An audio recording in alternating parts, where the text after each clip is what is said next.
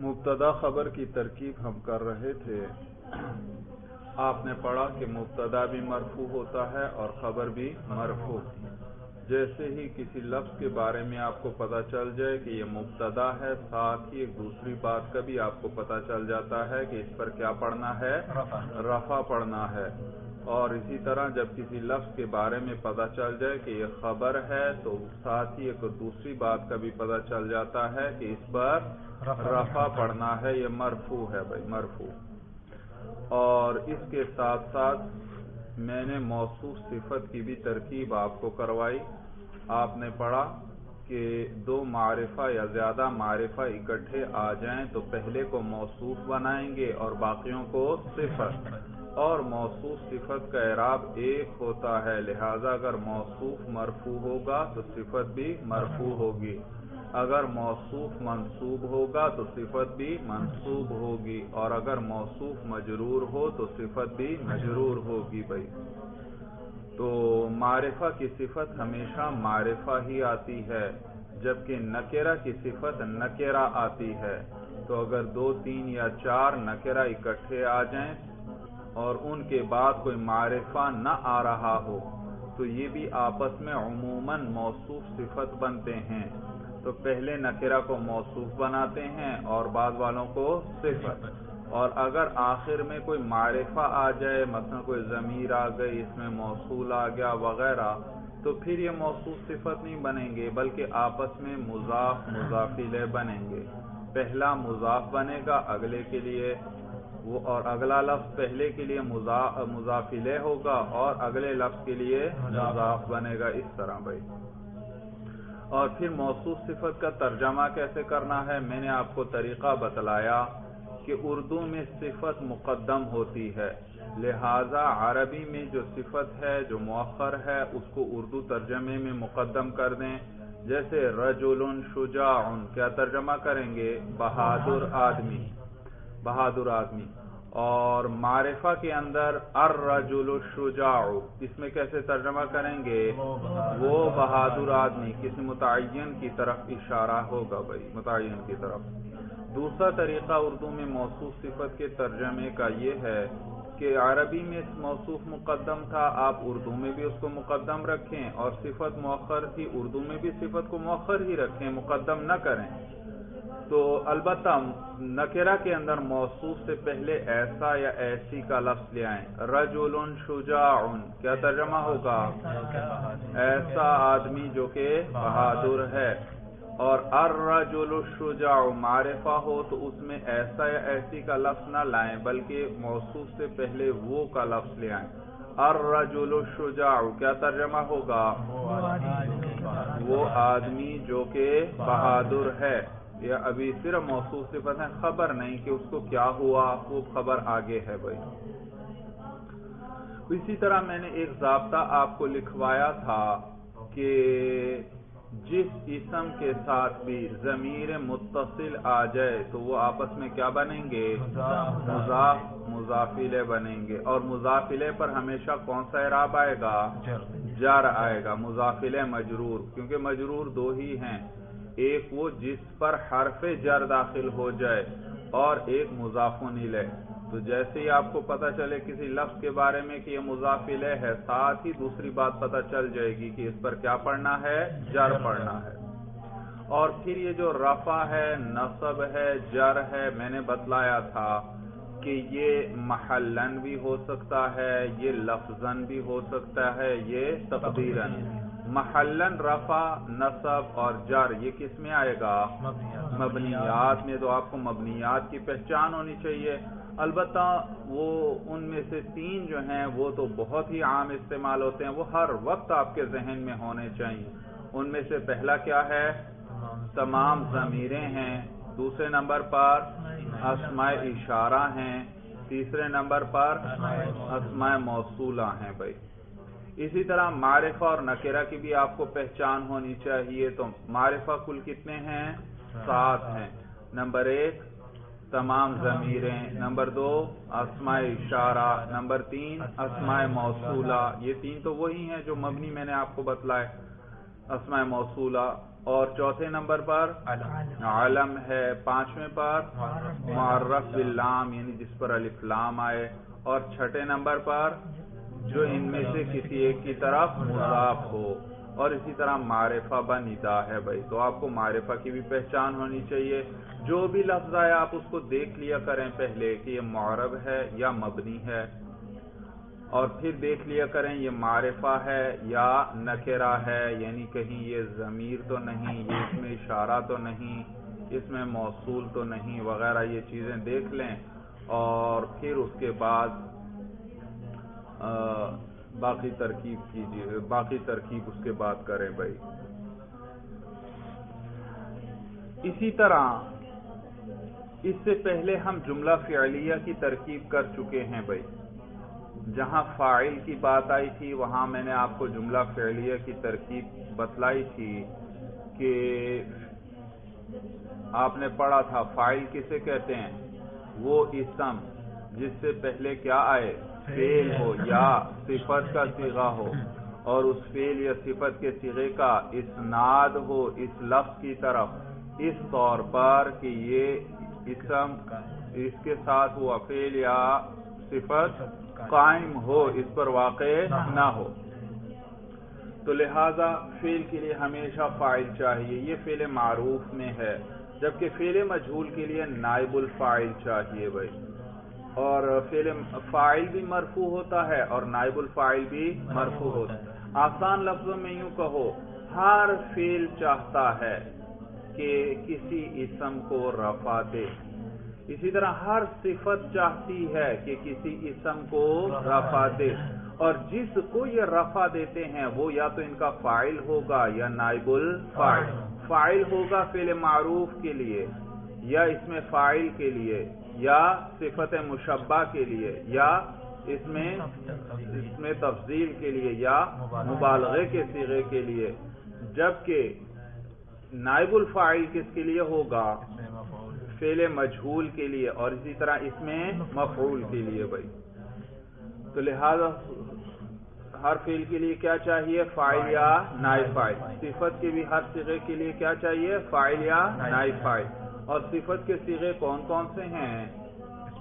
اس میں فاعل ہے اور اس میں مفعول ہے اور صفت مشبہ ہے اور اس میں تفضیل ہے اور مبالغے کی، یہ چیزیں جو میں دہرا رہا ہوں بار بار، ان کا آپ نے ہر روز تکرار کرنا ہے، ہر روز تکرار کرنا ہے، بالکل آپ کو زبانی یاد ہو بھائی۔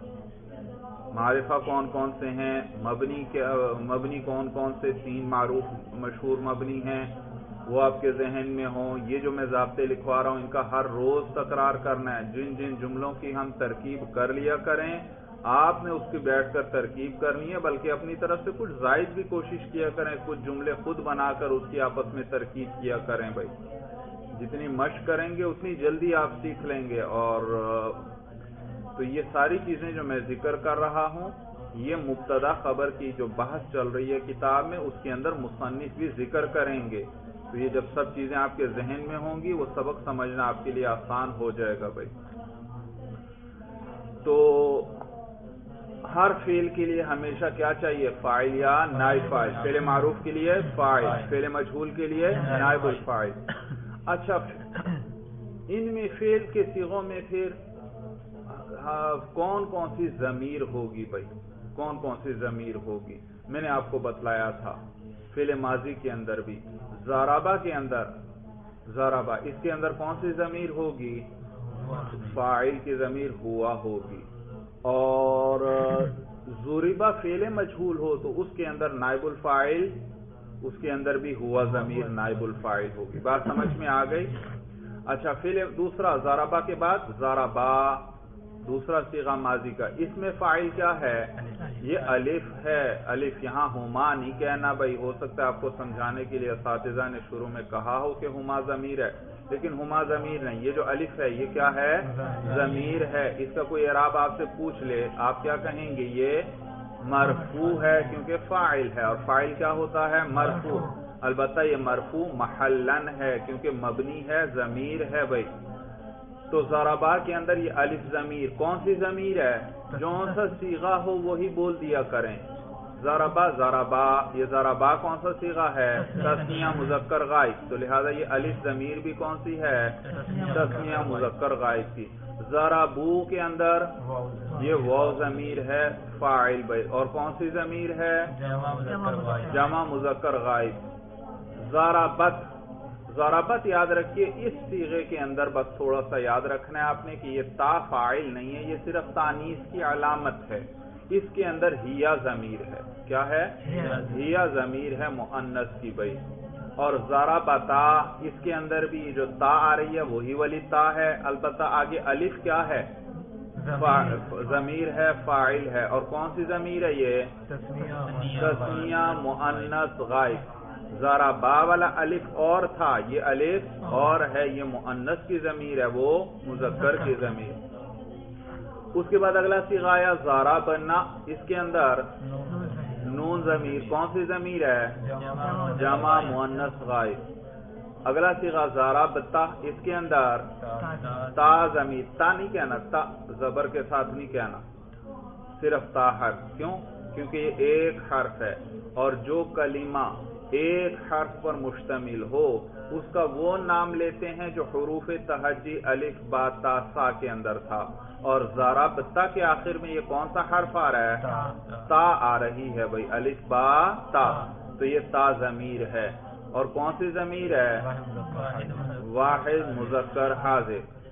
ضربتما، اس کے اندر تما ضمیر، کون سی ضمیر ہے؟ تثنیہ مذکر حاضر۔ ضربتم کے اندر تم ضمیر ہے جی، جمع مذکر حاضر۔ ضربتی کے اندر پھر تا کہنا ہے، تی نہیں کہنا بھائی، عموماً طلباء تی کہتے ہیں، تی ضمیر نہیں بھائی، تا ضمیر کون سی، اور یہ کون سی ضمیر ہے؟ واحد مؤنث حاضر، جو صیغہ وہی ضمیر ہے۔ ضربتما، یہ کون سی ضمیر ہے؟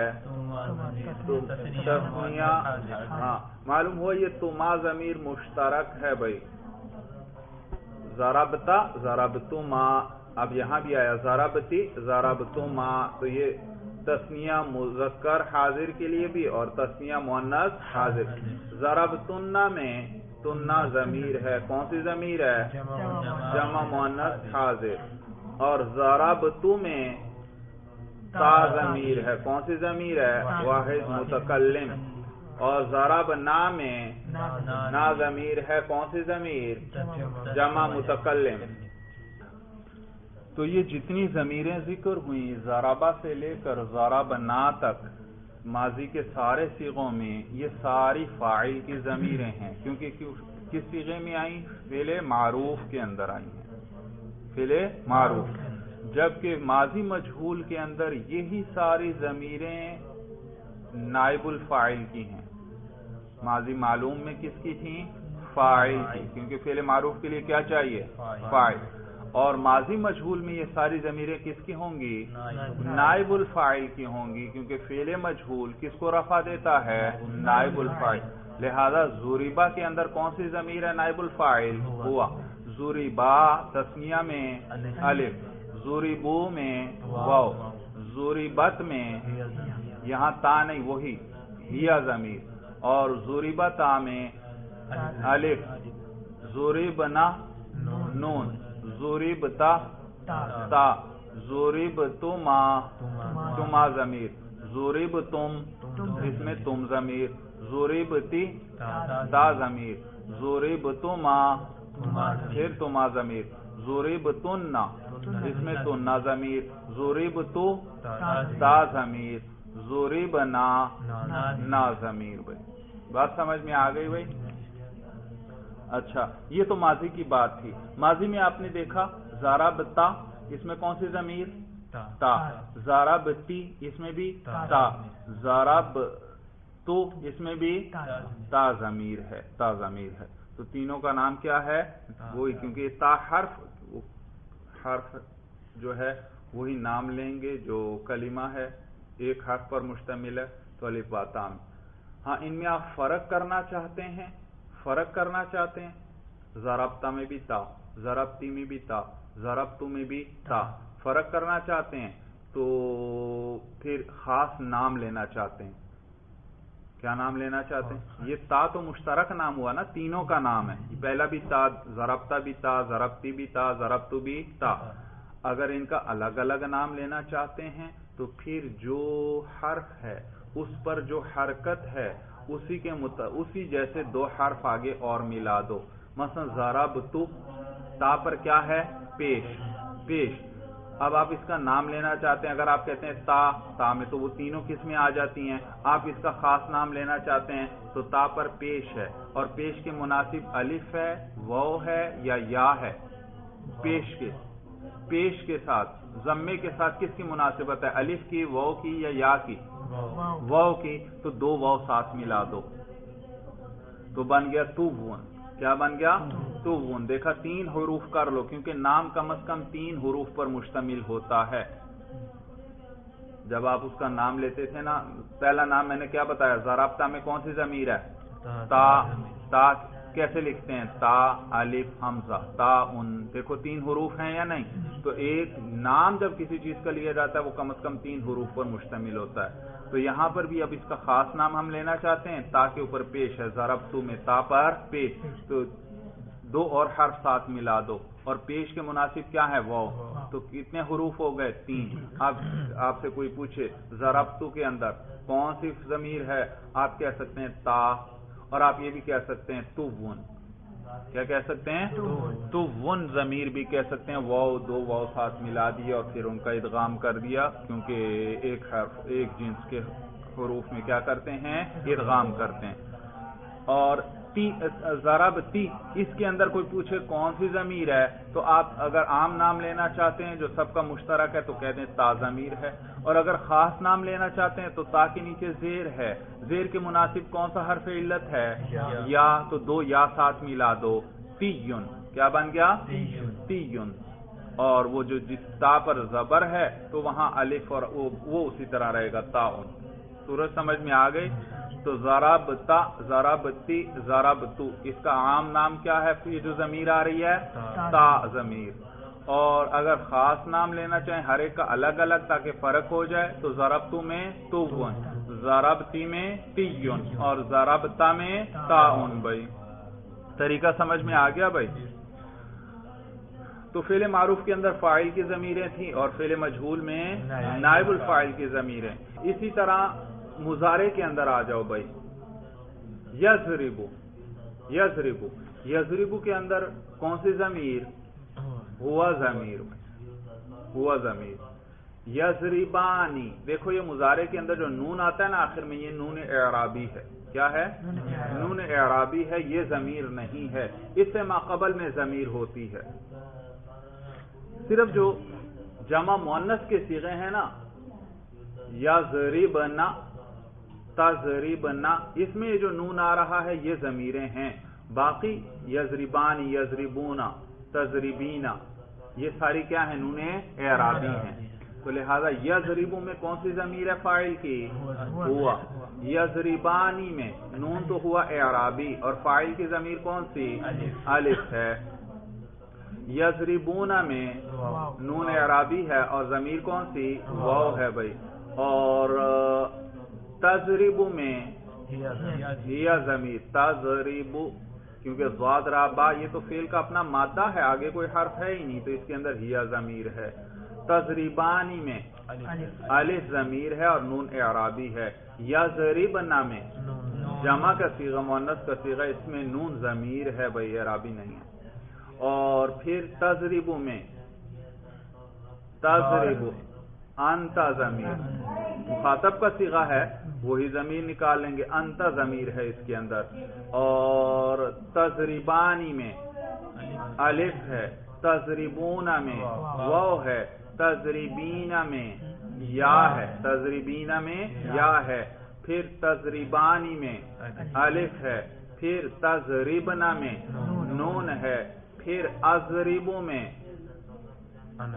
انا، شاباش، کیونکہ ضاد را با تو فعل کا مادہ ہے، آگے کوئی حرف ہی نہیں جڑا ہوا، تو اضربو میں انا اور نضربو میں نحن۔ اور یہ ساری جو ضمیریں ذکر کی یہ فاعل کی ضمیریں ہیں، کیونکہ یہ فعل معروف ہے اور فعل مجہول کے فعل معروف ہے، اور فعل معروف کے لیے کیا چاہیے ہوتا ہے؟ فاعل، تو یہ ساری فاعل کی ضمیریں ہیں۔ فعل مجہول میں یہی ضمیریں نائب الفاعل کی کہلائیں گی، نائب الفاعل ہوں گی۔ یضربو میں نائب الفاعل کیا ہے؟ ہوا۔ یضربانی میں الف، یضربون میں واو، تضربو میں ہیا، تضربانی الف، یضربنا نون، تضربو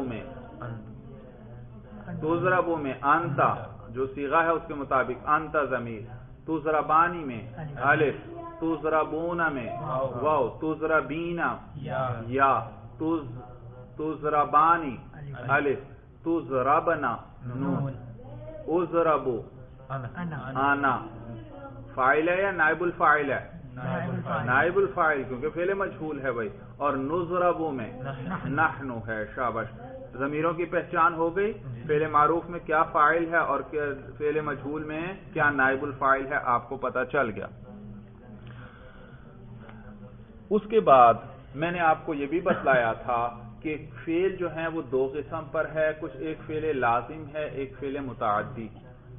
فعل لازم وہ ہے جہاں صرف فاعل پر بات پوری ہو جائے، اور فعل متعدی وہ ہے جہاں فاعل پر بات پوری نہیں ہوتی، معنی پورا نہیں ہوتا، اس کے لیے مفعول بھی چاہیے۔ فعل لازم کے لیے، فعل لازم میں صرف کس پر بات پوری ہو جاتی ہے؟ فاعل پر۔ اور فعل متعدی میں مفعول بھی چاہیے، پھر کبھی ایک مفعول چاہیے ہوتا ہے، کبھی دو مفعول چاہیے ہوتے ہیں، اور کبھی تین مفعول چاہیے ہوتے ہیں۔ اور آپ اس فعل پہ غور کر لیا کریں، آپ کو خود پتہ چل جائے گا۔ مثلا میں کہتا ہوں زید نے پٹائی کی، اب آپ بتائیے مجھے ضرب بغیر مضروب کے ہو سکتی ہے؟ نہیں، تو معلوم ہو مضروب ضرور چاہیے، ایک مفعول چاہیے بھائی، اور ایک ہی چاہیے، دو یا تین نہیں چاہیے۔ کیا پٹائی کے لیے دو یا تین کا ہونا ضروری ہے یا ایک ہی بہت ہے؟ ایک ہی ہو تو ضرب کا فعل پایا جائے گا۔ ضرب زید عمرا، تو دیکھا ایک مفعول چاہیے تھا۔ ہاں، یہ مفعول فضلہ ہوتا ہے۔ کیا؟ فضلہ ضاد کے ساتھ ہے، فضلہ زائد چیز ہے، تو اس کو کبھی عبارت میں ذکر کرتے ہیں، کبھی حذف کر دیتے ہیں۔ ضرب زید، زید نے پٹائی کی، عمران کو ذکر نہیں کیا۔ اس کا یہ معنی نہیں کہ یہ فعل لازم بن گیا، نہیں نہیں، فعل متعدی ہی ہے۔ سمجھ میں آیا؟ مفعول کو ذکر کرنے یا نہ کرنے کے ساتھ فعل لازم یا متعدی ہونے کا تعلق نہیں ہے۔ فعل کے مفہوم پہ آپ غور کر لیا کریں کہ اس فعل کے لیے مفعول چاہیے یا نہیں۔ آپ ضربہ پہ صرف غور کر لیں، ضربہ کے لیے ایک ضارب بھی چاہیے تبھی ضرب ہو سکتی ہے، اور ایک مضروب بھی چاہیے۔ صورت سمجھ میں آ گئی؟ اب آپ مجھے بتائیے شرب، پینا، اس کے لیے ایک تو شارب چاہیے، پینے والا، اور کیا چاہیے؟ مشروب بھی چاہیے۔ بغیر مشروب کے شرب کر سکتا ہے کوئی؟ نہیں، کوئی پینے والی، پی جانے والی چیز ہو، چاہے پانی ہو، چاہے دودھ ہو، چاہے چائے ہو، کچھ نہ کچھ مشروب ہوگا پینے والا، پھر ہی یہ شرب کا فعل پایا جا سکتا ہے۔ تو فعل لازم کسے کہتے ہیں؟ جہاں فاعل پر بات پوری ہو جائے۔ فعل متعدی کسے کہتے ہیں؟ جہاں مفعول کو بھی وہ چاہے، اور آپ نے خود پہ غور کرنا ہے کہ مفعول اس کے لیے چاہیے یا نہیں چاہیے۔ مثلا میں کہتا ہوں زید بھاگا، کسی مفعول کی ضرورت ہے؟ نہیں، بات پوری ہو گئی۔ زید کھڑا ہوا، کسی مفعول کی ضرورت ہے؟ نہیں، دیکھا، خود آپ غور کر لیں۔ زید نے عامر کو، دیکھو بعض اوقات دو تین مفعول چاہیے ہوتے ہیں۔ زید نے عامر کو بتایا، بات پوری ہو گئی، ابھی بھی ادھوری ہے؟ ابھی بھی ادھوری ہے۔ کیا بتایا بھائی؟ بات تو پوری کریں۔ زید نے عامر کو بتایا کہ خالد کھڑا ہے، دیکھو تین مفعول چاہیے۔ زید نے، بتانے والا کون؟ زید، وہ تو فاعل ہو گیا۔ کس کو بتایا؟ عامر کو بتایا، ایک مفعول۔ کیا بتایا؟ کہ خالد، اور کیا بتایا؟ خالد کو کیا ہے؟ کھڑا ہے، تو عامر مفعول اول ہوا، خالد مفعول ثانی ہوا، اور قائم کھڑا ہے، یہ کیا ہوا؟ مفعول ثالث ہوا۔ تو فعل کے آپ نے مفہوم پہ غور کرنا ہے، یہ نہیں دیکھنا کہ جملے میں مفعول ذکر ہے یا نہیں ہے۔ جملے میں چاہے ذکر ہو یا نہ ہو، بات سمجھ میں آ گئی؟ کیونکہ مفعول کیا ہوتا ہے؟ فضلہ، اس کو کیا کر لیتے ہیں بعض اوقات؟ کلام سے حذف بھی کر لیتے ہیں۔ تو حذف کرنے کا یہ معنی نہیں کہ وہ فعل لازم بن گیا، نہیں، مفعول ابھی بھی اس کا ہے، ہم نے لفظوں میں ذکر نہیں کیا کیونکہ آپ کو پتا تھا۔ مثلا آپ کو اتنا پتا ہے کہ پٹائی عمر کی ہوئی ہے، اتنا آپ کو پتا ہے۔ اب آپ مجھ سے پوچھتے ہیں کس نے پٹائی کی، میں آپ کو کہتا ہوں ضربہ زید۔ کس نے پٹائی کی؟ زید نے۔ اور یہ تو آپ کو پتا تھا کس کی پٹائی کی ہے؟ عمر کی، اس لیے میں نے اس کو ذکر نہیں کیا۔ بات سمجھ میں آ گئی؟ تو یہ معنی نہیں کہ مفعول اب اس کے لیے چاہیے ہی نہیں، مفعول محذوف ہے، ذکر نہیں ہے۔ اچھی طرح سمجھ میں آ گیا؟ فعل لازم جہاں صرف فاعل پر بات پوری ہو جائے، اور فعل متعدی جہاں فاعل کے ساتھ ساتھ کون چاہیے؟ مفعول بھی چاہیے، اور مفعول کو کبھی کیا کر لیتے ہیں؟ حذف بھی کر لیتے ہیں، لیکن معنی کے اندر وہ، نیت کے اندر وہ مراد ہوتا ہے، یہ نہیں کہ حذف کر لیے تو وہ مراد ہی نہیں۔ صورت سمجھ میں آ گئی اچھی طرح؟ اب ضابطہ یاد رکھنا، یہ چیزیں پہلے بھی میں بیان کر چکا ہوں، پہلے بھی، ان سب کا آپ نے خوب اچھی طرح تکرار کرنا ہے بھائی۔ یاد رکھو فعل کے آنے کے بعد صرف فاعل مرفوع آتا ہے، باقی سب منصوب آئیں گے یا مجرور آئیں گے، اور مجرور تو کتنے ہیں؟ دو، ایک کون؟ ایک جس پر حرف جر داخل ہو، اور دوسرا مضافل ہے۔ اور مرفوع کون ہوگا؟ فاعل یا نائب فاعل۔ تو فعل کے آنے کے بعد فاعل یا نائب فاعل مرفوع ہوگا، اگر کسی پر حرف جر داخل ہوا ہے یا وہ مضافل ہیں تو وہ مجرور ہوں گے، باقی سارے کیا ہوں گے؟ منصوب ہوں گے۔ یہاں تک بات سمجھ میں آ گئی؟ تو فعل کے آنے کے بعد مرفوع صرف کون ہوگا؟ فاعل یا نائب فاعل۔ باقی جب اس کا آپ کو پتہ چل گیا، جب آپ کو فاعل یا نائب فاعل کا پتہ چل گیا کہ یہ والا لفظ فاعل یا نائب فاعل بن رہا ہے، تو باقی جتنے لفظ ہیں اس جملے کے اندر، اس میں اتنا آپ کو ضرور پتہ چل جانا چاہیے کہ باقیوں پہ رفع نہیں پڑھنا، نصب پڑھنا ہے یا جر پڑھنا ہے۔ صورت سمجھ میں آ گئی؟ کس کا جب آپ کو پتہ چل جائے؟ فاعل کا یا نائب، پہلے معروف ہو تو کس کا پتہ چل جائے؟ فاعل، باقی کیا ہوں گے؟ سارے منصوب یا مجرور۔ اور فعل مجہول کے آنے کے بعد جب آپ کو نائب فاعل کا پتہ چل جائے، یہ کیا ہے؟ نائب الفاعل ہے، اس پر رفع پڑھنا ہے، تو باقی لفظوں کا اتنا پتہ چل گیا کہ ان پر رفع نہیں پڑھنا، کیا پڑھنا ہے؟ وہ سارے کیا ہوں گے؟ مجرور ہوں گے یا منصوب ہوں گے۔ اس کے بعد آپ نے یہ بھی پڑھا تھا بھائی کہ یہ جو فعل کے لیے فاعل یا نائب فاعل چاہیے، یہ ضمیر بھی ہو سکتی ہے اور اس میں ظاہر بھی ہو سکتی ہے۔ اور اس میں ظاہر کسے کہتے ہیں؟ میں نے آپ کو بتلایا تھا، جو بھی اسم ہو اور ضمیر نہ ہو وہ اس میں ظاہر ہے۔ تو اس میں ظاہر گویا ضمیر کے مقابلے میں ہے۔ کوئی بھی اسم آپ کے سامنے آ جائے، وہ اسم فعل یا حرف نہیں ہے، اسم ہے، اور وہ اس میں پھر آپ دیکھ لیں وہ ضمیر ہے یا نہیں۔ اگر وہ ضمیر ہے تو اس میں ظاہر معلوم ہوا یا نہیں ہے، اور اگر وہ ضمیر نہیں تو وہ کیا ہوگا؟ اس میں ظاہر۔ مجھے بتائیے کتاب ضمیر ہے یا اس میں ظاہر ہے؟ یہ ضمیر ہے، کتاب ضمیر تو نہیں ہے، معلوم ہوا یہ کیا ہے؟ اس میں ظاہر۔ قلم کیا ہے؟ اس میں ظاہر۔ کراستن کاپی، یہ کیا ہے؟ اس میں ظاہر ہے۔ امرأتن اس میں ظاہر ہے۔ رجل اس میں ظاہر ہے۔ انسان انسان اس میں ظاہر ہے۔ زید اس میں ظاہر ہے۔ بکر، خالد۔ طریقہ سمجھ میں آ گیا؟ جو ضمیر نہیں وہ کیا ہے؟ اگر اسم ہے تو پھر اس میں ظاہر ہے۔ تو فعل کے لیے ہمیشہ کیا چاہیے؟ فاعل یا نائب فاعل۔ یہ فاعل یا نائب فاعل ضمیر بھی ہو سکتی ہے اور اس میں ظاہر بھی ہو سکتا ہے۔ اور ضمیر کس کس فعل میں آئے گی؟ میں نے آپ کو بتلایا تھا کہ ماضی ہو چاہے معروف ہو چاہے مجہول، مضارع ہو معروف ہو یا مجہول، ان میں سے دو صیغے ایسے ہیں جن کے لیے فاعل ضمیر بھی آ سکتی ہے، فاعل یا نائب فاعل ضمیر بھی آ سکتی ہے اور اس میں ظاہر بھی۔ اور وہ کون کون سے صیغے بتلائے تھے میں نے آپ کو؟ ہاں شاباش، پہلا اور چوتھا صیغہ۔ پہلا صیغہ کون سا ہے؟ واحد مذکر غائب کا، اور چوتھا صیغہ کون سا ہے؟ واحد مؤنث غائب کا۔ یہ دو صیغے ہیں، ان کے لیے فاعل ضمیر بھی آ سکتی ہے اور اس میں ظاہر بھی آ سکتا ہے۔ باقی جو 12 صیغے ہیں، چاہے ماضی معروف کے ہیں چاہے ماضی مجہول کے ہیں، چاہے مضارع معروف کے ہیں چاہے مضارع مجہول، ان 12 صیغوں کے اندر فاعل یا نائب فاعل ہمیشہ ضمیر ہوگی جو اسی صیغے کے ساتھ، اسی لفظ کے ساتھ، اسی فعل کے ساتھ جڑی ہوئی ہوگی یا اس کے اندر چھپی ہوئی ہوگی۔ گویا خلاصہ کلام یہ ہوا کہ اس میں ظاہر کتنے صیغوں کے لیے فاعل بن سکتا ہے؟ 2 صیغے، پہلے اور چوتھے۔ باقی 12 صیغوں کے لیے اس میں ظاہر فاعل یا نائب فاعل نہیں بن سکتا۔ لہذا اگر پہلا یا چوتھا صیغہ آ جائے تو پھر آپ جملے میں تلاش کریں کہ کوئی اس میں ظاہر ان کے لیے فاعل ہے یا فاعل نہیں۔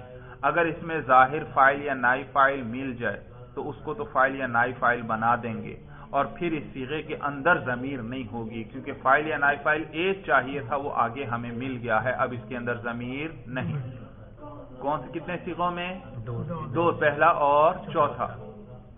اور اگر آپ کو آگے اس میں ظاہر فاعل یا نائب فاعل نہیں ملتا تو پھر اسی صیغے کے اندر فاعل یا نائب فاعل کی ضمیر نکال لیں گے، جبکہ باقی 12 صیغوں کے اندر فاعل یا نائب فاعل کیا ہوگا؟ ہمیشہ ضمیر، اسی کے ساتھ متصل ہوگی ضمیر یا اسی کے اندر چھپی ہوئی ہوگی بھئی ضمیر۔ یہاں تک بات سمجھ میں آ گئی؟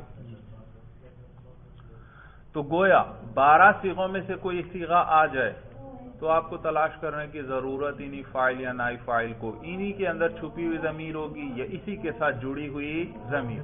ہاں پہلا یا چوتھا صیغہ آ جائے پھر آپ کو ذرا تلاش کرنا پڑے گا کہ کہیں آگے کوئی اس میں ظاہر تو نہیں اس کے لیے فاعل یا نائب فاعل بن رہا، اگر بن رہا اس کو بنا دیں اور فعل کے اندر ضمیر نہیں ہوگی، اور اگر نہیں آگے کوئی اس میں ظاہر فاعل یا نائب فاعل نہیں آ رہا تو پھر اسی کے اندر کیا نکال لو؟ ضمیر۔ چلیے اب 2-4 جملے ذرا ترکیب کے بھی کر لیں بھائی، اور پھر آگے ہم ترکیب بڑھاتے جائیں گے آہستہ آہستہ۔ جملہ لکھیے بھائی، قام زید، قام زید۔ چلیے بھائی آپ ترکیب کیجئے۔ قام مرفوع، اس میں ماضی وغیرہ اس میں اعراب کی ضرورت نہیں، فعل مضارع کا اعراب آئے گا آگے، بس فی الحال اتنا بس کہہ دیا کریں قام فعل بس۔ قام فعل، قام فعل، زید اس کا فاعل، اعراب پہلے جو لفظ آئے اس کا اعراب، زید مرفوع لفظاً اس کا فاعل۔ شاباش، زید مرفوع لفظاً اس کا فاعل۔ مرفوع کیوں؟ کیونکہ فاعل بن رہا ہے، کیونکہ فاعل ہے اور فاعل مرفوع ہوتا ہے بھائی۔ لفظاً کیوں؟ اس کے رفع پر اس کے رفع پر ہم تلفظ کر رہے ہیں، کر کے دکھاؤ۔ زیدن نصب پہ کرو، زیدن جر پہ کریں، زیدین۔ معلوم ہو اس پر تینوں طرح کا اعراب لفظاً آتا ہے، ہم اس پر باقاعدہ تلفظ کرتے ہیں، سننے سے ہی پتہ چل جاتا ہے جی۔ اچھا آپ نے کہا مرفوع لفظاً فاعل، آپ کو کیسے پتا چلا یہ فاعل ہے؟ کیونکہ اس سے پہلے فعل آ رہا ہے، کیونکہ فعل آیا، اور فعل کون سا صیغہ ہے؟ 12 میں سے ہے یا 2 میں سے ہے؟ 2 میں سے ہے، اور اس کے لیے فاعل اس میں ظاہر آ سکتا ہے، تو زید اس کے لیے فاعل بن سکتا۔ ایک طالب علم نے آپ پر اشکال کر دیا، اعتراض کر دیا، وہ کہتا ہے نہیں، قامہ کے اندر ہوا ضمیر آپ بھول گئے بھائی، ضربہ قامہ پہلا صیغہ، اس کے اندر تو کون سی ضمیر ہوتی ہے؟ ہوا ضمیر، تو وہ آپ نے نہیں نکالی۔ آپ کیا کہیں گے جواب میں؟ فاعل اس میں ظاہر آ رہا ہے، ہاں کہ بھائی اس کے لیے ایک فاعل چاہیے تھا۔ فاعل ہمیشہ کتنے آئے؟ فاعل یا نائب فاعل ایک ہی آئے گا، ایک اسم کو یہ رفع دے گا، 2 یا 3 کو رفع نہیں دے سکتا۔ صورت سمجھ میں آ گئی بھائی؟ تو ایک فاعل آگے اس میں ظاہر جب آ گیا تو اب اس کے اندر ضمیر نہیں ہے، اگر وہ نہ ہوتا پھر کیا کرتے؟ اسی کے اندر ضمیر نکالتے، کیونکہ فاعل تو ضرور چاہیے اس کے لیے۔ تو قام فعل اپنے فاعل سے مل کر جملہ فعلیہ خبریہ ہوا۔ اب روانی سے پڑھ دیں جملہ، قام زید، قام زید، ترجمہ کیجئے۔ زید کھڑا ہے، زید کھڑا ہوا، زید کھڑا ہوا، ماضی کی صیغہ ہے بھائی۔ دیکھیے معنی میں بھی غور کرتے رہا کریں ہمیشہ۔ زید کھڑا ہوا کون کھڑا ہوا؟ زید. معلوم ہو وہ فاعل ہے. دیکھا ترجمے سے ہی آپ فاعل کا پتہ لگا لیا کریں. زید نے پٹائی کی زید نے عمر کی پٹائی کی. کس نے کی؟ زید. بس فاعل یہ ہو گیا، پتہ لگ گیا. وہیں سے ترجمے سے ہی آپ کو فاعل کا پتہ لگ جائے گا. خالد نے چائے پی. کس نے پی؟ خالد. فاعل کا پتہ لگ گیا بھائی، جو فعل کرنے والا ہے. صورت سمجھ میں آ گئی؟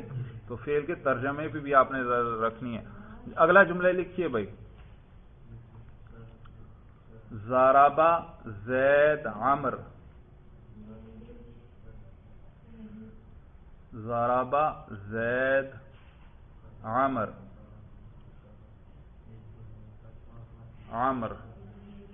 عمر کے آخر میں واو لکھتے ہیں بھائی. جی واو لکھنا ہے عمر سے تاکہ فرق ہو جائے. چلیے بھائی اب آپ ترکیب کیجئے بھائی. ضرب فعل.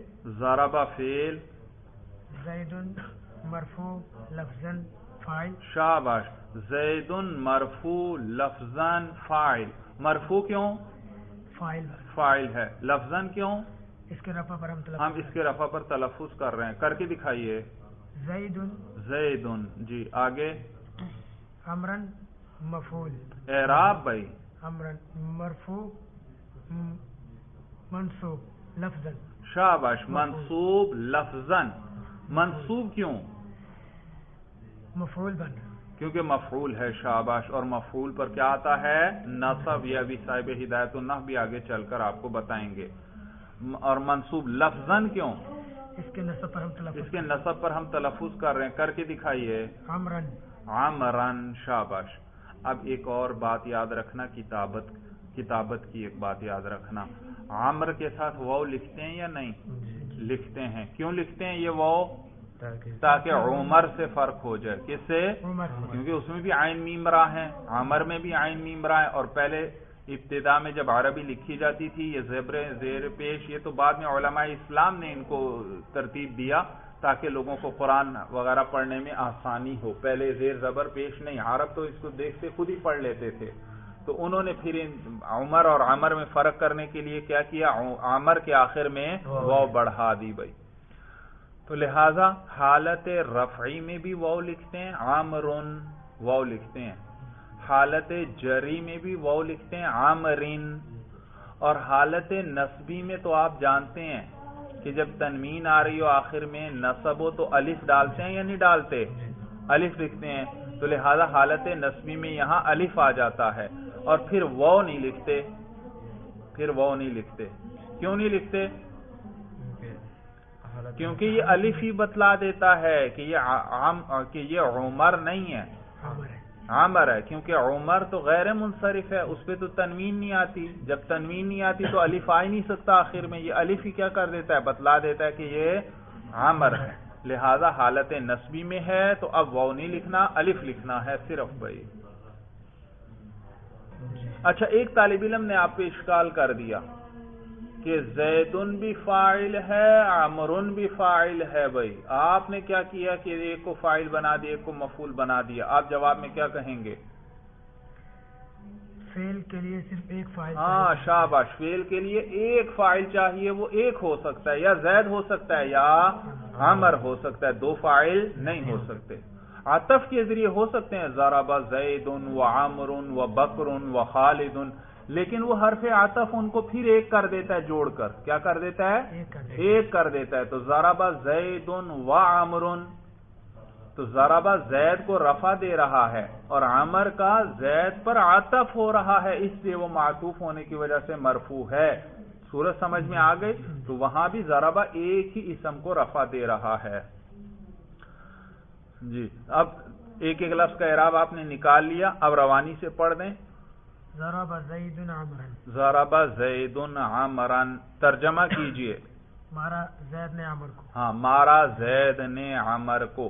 پٹائی کی زید نے عمر کی. اور میں نے آپ کو ایک فرق بھی بتلایا تھا، فعل لازم اور فعل متعدی کا اردو ترجمے سے بھی آپ کو پتہ چل جائے گا. فعل متعدی کا ترجمہ کریں گے تو نے کا لفظ آئے گا. زید نے چائے پی. اب مجھے بتاؤ یہ پینا یہ لازمی ہے متعدی ہے؟ متعدی کس طرح؟ نے لفظ آ رہا ہے، زید نے چائے پی، زید نے پٹائی کی، معلوم ہے پٹائی کرنا کیا ہے؟ فعل متعدی ہے۔ زید بھاگا، اب مجھے بتاؤ بھاگنا فعل لازم ہے فعل متعدی؟ فعل لازم، کیونکہ نے نہیں آیا۔ بکر دوڑا، اب مجھے بتاؤ دوڑنا فعل لازم ہے کیونکہ نے نہیں آ رہا۔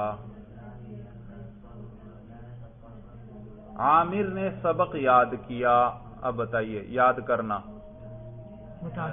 متعدی کیسے پتا چلا؟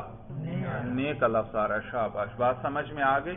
ہاں تو یہ بھی ایک نشانی ہے جی، تو نے آئے گا اردو ترجمے میں۔ اچھا سمیٹیے بھائی، فعل اپنے فاعل اور مفعول سے مل کر جملہ فعلیہ خبریہ ہوا، شاباش بھائی۔ اگلا جملہ لکھیے، ضرب بکر، بکر با کافرا، با کافرا، خالد، خالد یوم، یوم الجمعہ، الجمعہ، الجمعہ آخر میں گولتا ہے جی۔ اب ذرا مشکل ترکیب آ گئی، چلیے کیجیے بھائی ترکیب بھائی۔ یاد رکھو بھائی، پہلی بتا دیتا ہوں، جس لفظ میں جگہ یا زمانے والا معنی آ جائے وہ مفعول فیہ بنتا ہے، ظرف بنتا ہے۔ جس میں کیا آ جائے؟ جگہ والا معنی یا زمانے والا معنی جی، تو وہ عموماً مفعول، ہمیشہ نہیں مفعول فی بنے گا، اکثر وہ مفعول فی بنے گا، اکثر مفعول فی بنے گا۔ چلیے جی ترکیب کیجئے۔ ضرب فعل، ضرب فعل، بکرن فاعل، اعراب بھائی، بکرن مرفوع لفظاً اس کا فاعل، شاباش، بکرن مرفوع لفظاً فاعل، مرفوع کیوں؟ کیونکہ فاعل بن، کیونکہ فاعل ہے اور فاعل مرفوعات میں سے ہے۔ لفظاً کیوں؟ کیونکہ اس کے رفع پر ہم تلفظ، اس کے رفع پر ہم تلفظ کر رہے ہیں، کر کے دکھائیے۔ بکرن، بکرن نصب پہ کریں، بکرن، بکرن جر پہ کریں، بکرین، بکرین، معلوم ہو اس پر تینوں طرح کے اعراب آتے ہیں لفظاً بھائی۔ اور آگے خالد، خالدن منصوب لفظاً مفعول بہ، شاباش، خالدن منصوب لفظاً مفعول بہ، منصوب کیوں؟ کیونکہ اس کے نسب پر، منصوب کیوں؟ کیونکہ مفعول بھی بن، کیونکہ مفعول بھی ہے، فاعل گزر گیا، فاعل کے آنے کے بعد اب صرف منصوبات اور مجرورات ہی رہتے تھے، تو یہ منصوب مفعول بھی ہے۔ لفظاً کیوں کہا؟ کیونکہ اس کے نسب پر ہم، اس کے نسب پر ہم تلفظ کر رہے ہیں، کر کے دکھائیے۔ خالدن، خالدن جی، اس کے رفع پہ ذرا تلفظ کریں، خالدن، خالدن، اس کے ذرا جر پہ تلفظ کریں، خالدین، خالدین، دیکھا اس پہ تینوں طرح کا اعراب لفظاً آتا ہے۔ آگے یوم مضاف، اعراب بھائی، یوم مرفوع لفظاً مضاف، شاباش، یوم مرفوع لفظاً مضاف، مرفوع کیوں؟ کیونکہ خبر بنے، مبتدا کدھر گزرا ہے؟ یہ جملہ اسمیہ تو ہے ہی نہیں بھائی، مضاف کہنے سے تو اعراب کا پتہ نہیں چلتا، مضاف تو مرفوع بھی ہو سکتا ہے، منصوب بھی ہو سکتا ہے، مجرور بھی ہو سکتا ہے، ہمیں اعراب چاہیے اس کا۔ یوم، شاباش، کوئی مشکل نہیں ہے بھائی، کوئی مشکل نہیں ہے انشاءاللہ، اب آپ کی اچھی ہو گئی ہے سب کی ترکیب۔ موصوف، موصوف کہنے سے تو اعراب کا پتہ نہیں چلتا، موصوف مرفوع بھی ہو سکتا ہے، منصوب بھی ہو سکتا ہے، مجرور بھی ہو سکتا ہے۔ ایک ضابطہ میں نے ابھی آپ کو بتایا، فاعل کے آنے کے بعد آگے صرف کیا آئیں گے؟ منصوب یا مجرور، مرفوع تو نہیں آ سکتا، معلوم ہے یہ منصوب ہے یا مجرور، اور مجرور تو دو ہی ہیں، جس پر حرف جر داخل ہو یا جس پر مضاف آئے یعنی وہ مضاف الیہ بنے. نہ اس پر حرف جر داخل ہے نہ یہ مضاف الیہ بن رہا ہے، تو معلوم ہوا یہ کیا ہے؟ منصوب. اور پھر ویسے بھی آپ غور کر لیں، یوم، یوم کس چیز کا نام ہے؟ دن، زمانے کا نام ہے، اور جو زمانہ ہوتا ہے یا جگہ ہو وہ کیا بنتا ہے؟ مفعول فی ہوتا ہے، یعنی منصوب ہوتا ہے. جی یوم منصوب لفظاً مفعول فی. ہاں، منصوب لفظاً مفعول فی تو بن رہا ہے، ٹھیک ہے، لیکن بات ابھی پوری نہیں. نکرہ کے بعد نکرہ ہے تو وہ آپس میں عموماً کیا بنتے ہیں؟ موصوف صفت، بشرطے کہ ان کے بعد کوئی معرفہ، اگر معرفہ آ جائے تو واپس میں کیا بنتے ہیں؟ اب مجھے بتائیے، یوم معرفہ ہے نکرہ ہے؟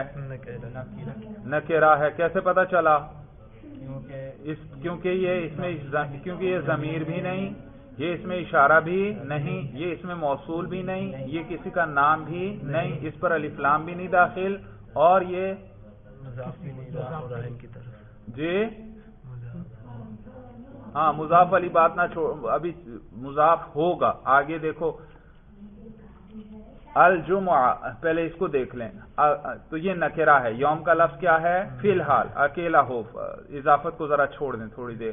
الجمعہ کا لفظ بتائیں، معرفہ نکرہ ہے؟ معرفہ ہے. اور ابھی میں نے ضابطہ بتایا تھا آپ کو کہ 2 یا 3 یا 4 نکرہ اکٹھے آئیں تو پہلا موصوف بنے گا اور بعد والے صفت، بشرطے کہ ان کے بعد آخر میں کوئی معرفہ نہ ہے. اگر معرفہ آیا تو یہ آپس میں کیا بنیں گے؟ مضاف.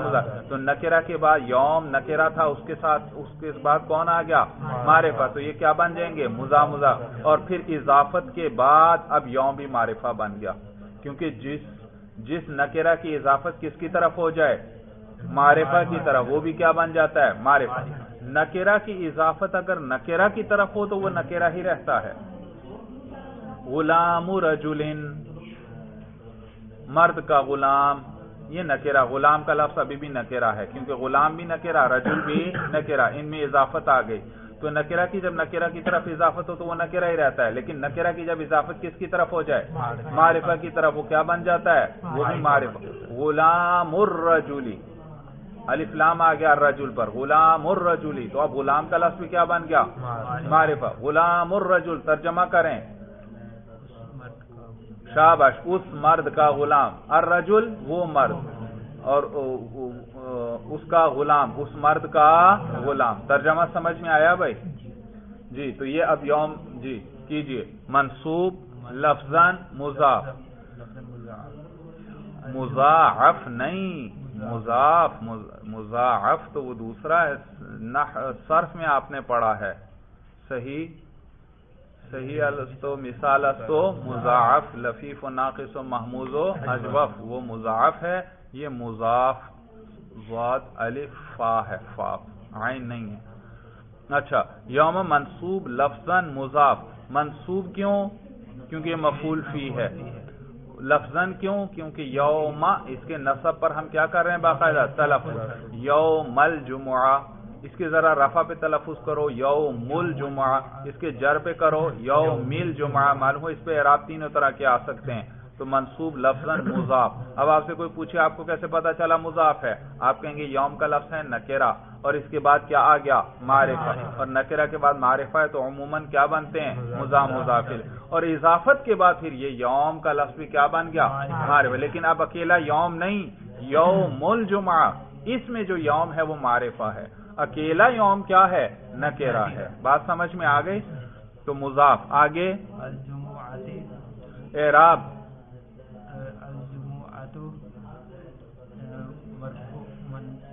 مجرور محلا مضاف الیہ.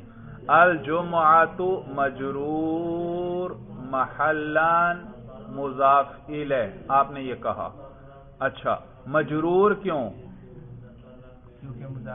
کیونکہ مضاف الیہ. مضاف الیہ کیا ہوتا ہے؟ مجرور. محلا کیوں کہا؟ محلا اعراب کس کا آتا ہے؟ مبنی کا. مبنیات 3 ہی ابھی ہم نے پڑھے ہیں. کون کون سے؟ یہ ضمیر ہے الجمعہ؟ نہیں. اچھا، اس میں اشارہ ہوگا؟ اس میں اشارہ بھی نہیں. اس میں موصول ہوگا؟ نہیں. جب نہیں ہے تو پھر کیا کہو؟ الجمعاتی. الجمعاتی. شاباش. بس فوراً جو چیزیں میں نے بتائی ہیں ان کا غور کرو. یہ جب آپ اکیلے بیٹھ کر تکرار کریں گے روزانہ، جتنی ترکیبیں ہوتی جائیں آپ ان کو پھر تکرار کریں، انشاءاللہ چند دن میں آپ دیکھتے جائیں گے کیسے ترکیب آسان ہو جاتی ہے. جی. الجمعاتی مجرور لفظاً. سمجھ میں آیا بھائی؟ مجرور لفظاً مضاف الیہ. اب سمیٹتے جائیے.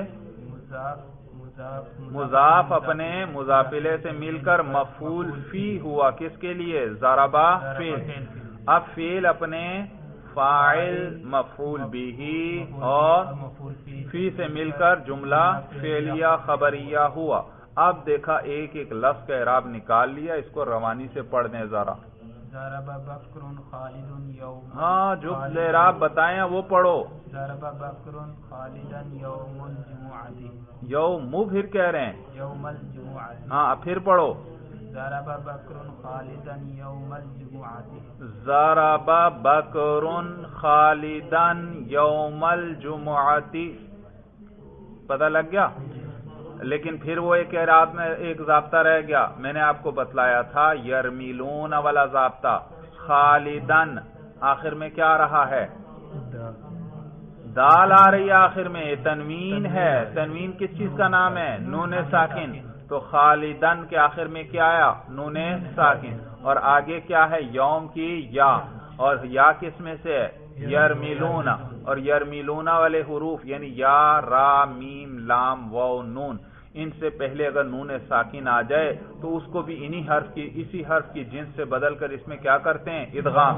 تو خالدن کا نون بھی یا سے بدل کر یا میں کیا کر دیں گے؟ ادغام. کیسے پڑھیں گے؟ ضرب زید خالدا یوم الجمعہ. طریقہ آ گیا؟ ذرا پڑھیں. ضرب بکر خالدا یوم الجمعہ. ضرب بکر خالدا یوم الجمعہ. جی ترجمہ کیجئے. مارا بکر نے خالد کو جمعہ کے دن. شاباش. پٹائی کی بکر نے خالد کی جمعے کے دن. ترجمہ سمجھ میں آ گیا بھائی؟ چلیے بس کرتے ہیں. بس بھائی هذا هو المرام والله اعلم بحقیقت الکلام.